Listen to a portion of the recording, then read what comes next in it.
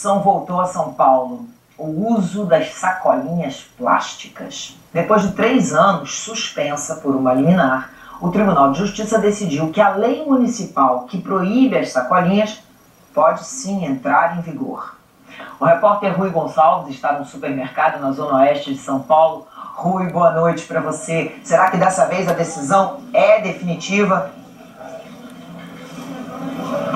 Olá, Leilane, boa noite. Bom, na Justiça Brasileira tem sempre uma possibilidade de recurso e dessa vez não é diferente. Esse caso pode ser levado ainda ao Supremo Tribunal Federal e o Sindicato da Indústria de Materiais Plásticos já disse que vai tomar as medidas cabíveis para defender o uso das sacolas plásticas nos supermercados e nos estabelecimentos comerciais da cidade de São Paulo. O fato é que essa lei foi promulgada em 2011, essa liminar foi concedida também no ano de 2011, que suspendeu o efeito da legislação.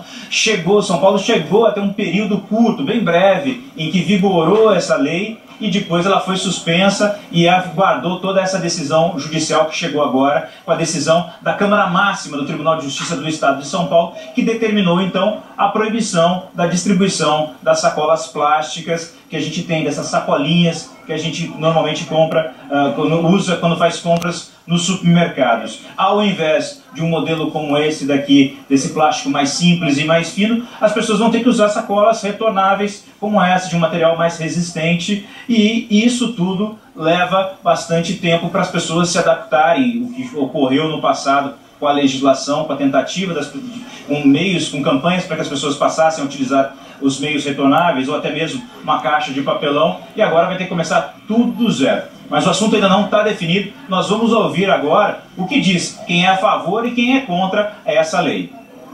42 outros municípios do estado, o próprio TJ disse que é inconstitucional que o município legisle sobre a questão das sacolas plásticas, pois já temos uma lei nacional, que é a Política Nacional de Resíduos Sólidos, que trata de embalagens, e sacolas plásticas são um tipo de embalagem. O Tribunal de São Paulo foi muito claro em dizer o seguinte: o que a Câmara Municipal da cidade de São Paulo fez em 2011 é perfeitamente correto, vale, e portanto não há nenhuma, digamos assim, contrariedade ao direito do consumidor, porque o que ela reconhece é que é legítimo que a cidade possa ter uma lei que proteja o meio ambiente, e a proteção do consumidor se faz justamente quando um dos itens que é fundamental para a vida humana, que é o meio ambiente onde a gente vive, está preservado. Portanto, essa lei vale, essa lei é boa, e essa lei é uma lei em defesa da cidadania, da população.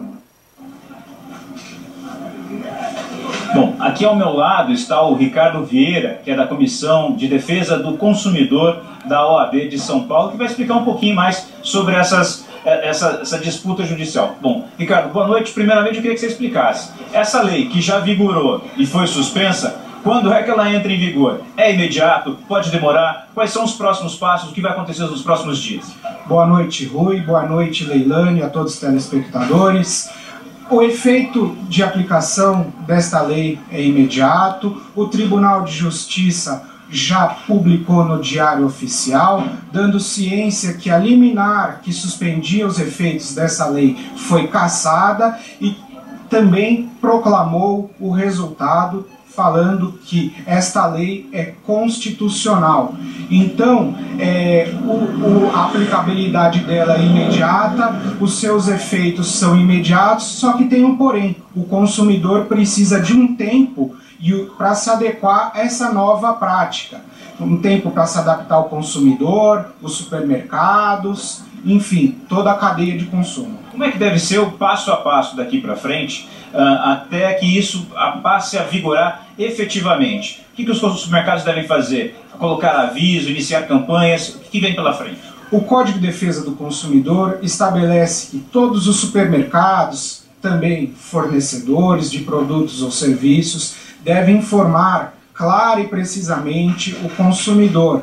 E para o fato das sacolinhas, os supermercados deverão orientar formas alternativas para o consumidor poder transportar os seus alimentos, e uma forma alternativa a isso seria carrinho de feira, sacos, papelões, sacos com matéria-prima de papel, de celulose.